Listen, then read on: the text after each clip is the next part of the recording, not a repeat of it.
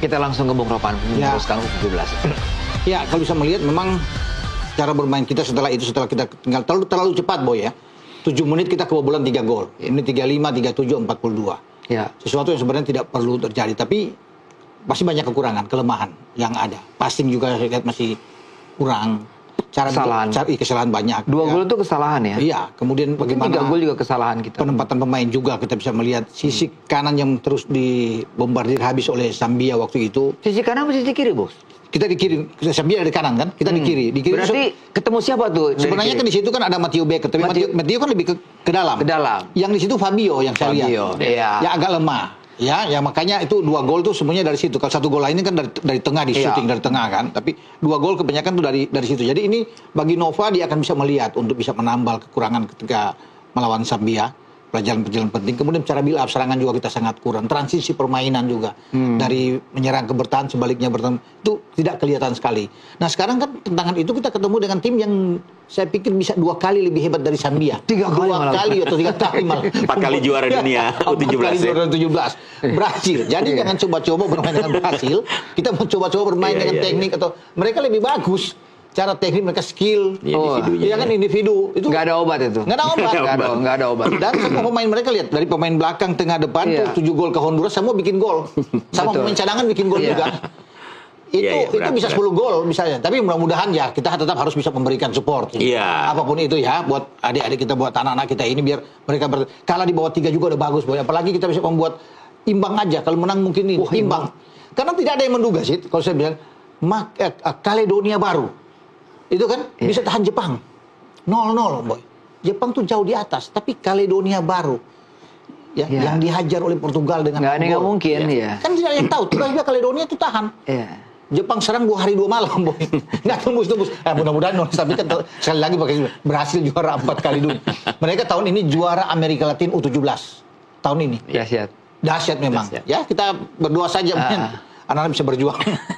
Iya, jadi memang kalau kita bicara U17 di Piala Dunia ini, dalam beberapa kali kesempatan saya bilang bahwa kita jangan terlalu memberikan beban yang terlalu berat sih kepada pemain-pemain muda ini. Karena ini kan mereka dalam tahap mencari jati diri gitu ya. Memperlihatkan bagaimana mereka punya kemampuan, mereka punya keinginan untuk bisa menjadi pemain nasional di level yang lebih tinggi lagi. Saya pikir hasil untuk bisa lolos ke Piala Dunia di tahun 2025 ini buat tim Indonesia sudah bagus. Kita kualifikasi loh.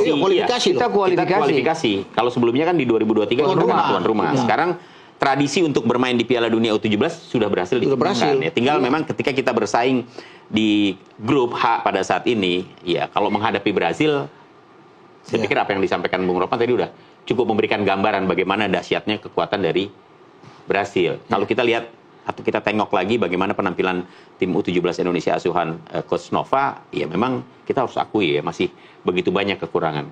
Kita lihat Zambia itu mainnya udah seperti tim nasional senior mereka. Ya kan, space yang kosong ya, ruang-ruang kosong itu gampang sekali mereka kuasai. Ketika Indonesia passingnya salah, itu langsung bisa dimanfaatkan. Transisinya tuh yang paling hebat. Apalagi Brasil, kan kira-kira seperti itu. Mereka sudah menunjukkan diri dengan menghantam Honduras 7 gol tanpa balas. Betul. Dan hampir semua pemain yang ada di tengah, depan, belakang bisa bikin gol gitu ya. Jadi ya kita realistis aja lah. Harapannya tentunya jangan sampai kalah, itu aja. Kalaupun kalah, jangan sampai melebihi Honduras. Honduras tuh tim bukan kaleng-kaleng, itu tim bagus loh. Tetapi sayangnya ketemu Brasil. Dan kita sebenarnya perlu bangga. Ya, tim kita ini sudah ada di level ini sudah bagus. Kalau menurut saya di Piala Dunia U17.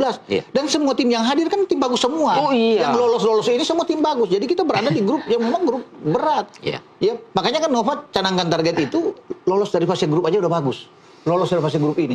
Karena ada 8 tim peringkat ketiga terbaik yang bisa lolos di antara 24 tim yang sekarang lolos. Posisi kita gimana di peringkat 3 nih? Kalau kita berandai-andai peringkat 3. Iya, masih di luar 8 besar sih, masih di luar 8. Ya, tapi kalau kita bisa menang misalnya lawan Honduras, katakan terakhir. Masih ada harapan. Masih ada harapan untuk hitung-hitungan. Ya, dilihat dengan asal tim kita lain. Tidak kalah lebih dari 7 gol. Dari Brasil jangan sampai kayak Honduras. Gitu kan? Itu. Tapi kalau kita bisa tahan luar biasa sih. Luar biasa. Cuma luar biasa kalau bisa menahan Brasil sih, saya pikir itu catatan sejarah. Ya. Karena terakhir kali Brasil di sini perempat final dan mereka kalah lawan Argentina kan ketika itu. Ya. Jadi kalau kita lihat kelasnya Brazil ya memang sudah beda lah. Tadinya kita berharap Zambia karena debutan. Iya. Ya, mestinya lawan Zambia kita ambil. Iya, karena ya kan? Zambia debutan. Iya. Baru kali pertama dia tampil. Betul. Tapi kita nggak nyangka Zambia bermain. Tapi Zambia lihat bro, determinasi mereka kan luar biasa. Luar biasa. Itu the first time mereka hadir di Iya. U17. Iya. Dan main semua bergerak. Dan mainnya kayak udah sering Iya, udah di kayak Piala Sudah Dunia. seperti tim Ini ya. senior mereka kalau saya perhatikan. Nggak ada kagoknya. Bukan sudah langganan ikut Piala Dunia U17. Iya, build up-nya oke, Iya. transisi bertahan, Iya. penyerangnya oke, kemudian skill individu para pemainnya juga Cara rebut bagus. bola mereka bagus Iya. apa semua. Tidak emosional. Dan setelah ketinggalan tidak panik. Iya, Tidak panik. mereka tenang. Makanya kan mereka kejar gol tuh begitu cepat. Iya, itu 2 kan. menit 2 gol. Iya. 7 menit Iya, 3 gol.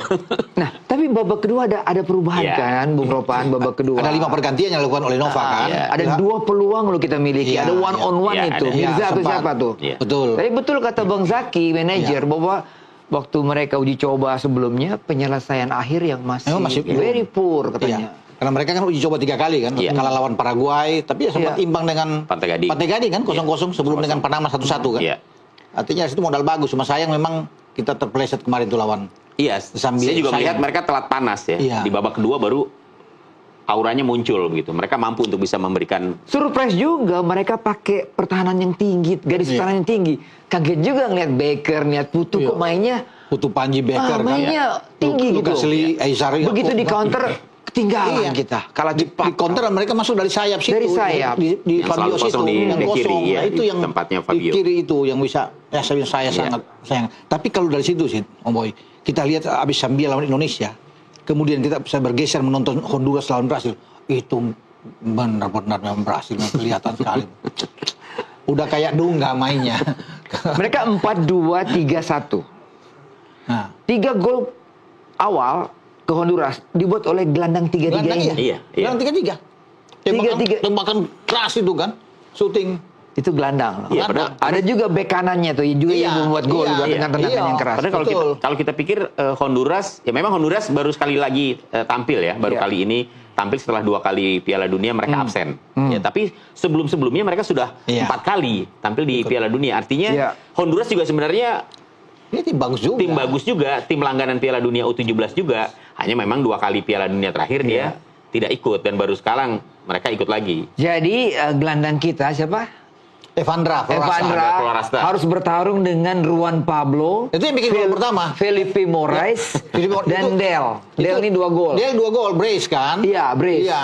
Ini. Itu Juan tuh bikin gol pertama tembakan keras itu. Itu Moraes juga kan?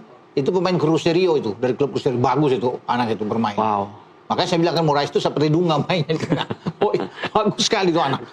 Cara kontrol bola, kasih bola pas. Jadi kita akan belajar banyak nih anak. Iya, Iya, sangat. iya. Jadi Semoga. semua penonton kalau Ya. nonton nanti malam nggak usah baperan, Ya. ya kan, nggak usah maki-maki. Jangan, Oh iya. jangan. Tapi karena perlu. ini Ini benar-benar tim- ya. kita anak-anak akan mendapat kesempatan yang luar Iya. biasa. Ya, ini kan Bisa aset kita di masa depan. masa depan. Mereka masih sangat muda, bisa merasakan atmosfer Piala Dunia aja sudah luar biasa luar gitu. biasa. Buat negara yang saat ini sedang berupaya untuk bisa membangun sepak bolanya.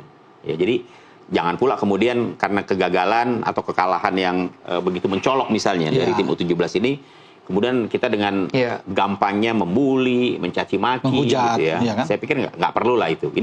Ini aset gitu, aset Ya, ya. dan pengalaman Udah. ini akan sangat penting buat Nah, mereka. ini menarik juga Bung Ropan. Ini terkait dengan pembinaan usia muda. Iya. Karena Piala Dunia setahun sekali U17. Iya. Oh iya. Iya. Dan 5 kali di Qatar terus. Iya. Tuan rumah. Sekarang pemain-pemain timnas ini tidak akan lagi tahun depan main di umurnya kan sudah lewat, bisa lewat, iya. Iya. Berarti kan harus ada lagi. Oh, iya. dapur Betul. pembinaan usia muda federasi harus entah EPA kah SSB kah.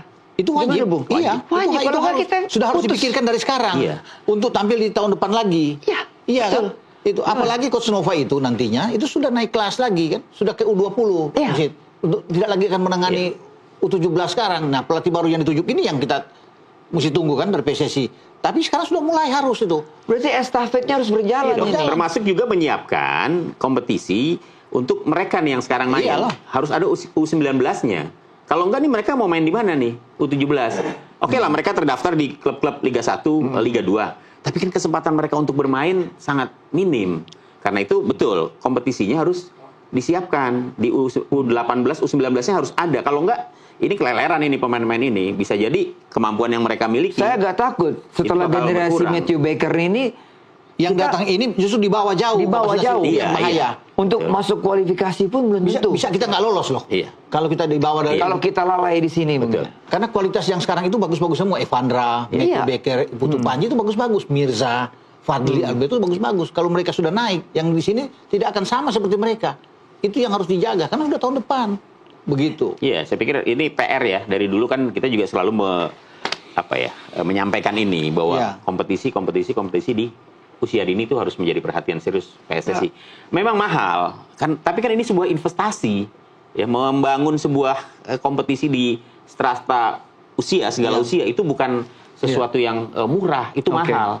Ini bentuk investasi yang mau tidak mau harus dilakukan kalau sepak bola kita ingin menghasilkan generasi-generasi di setiap kelompok umur. Oke, saya stop sampai sini. Siap.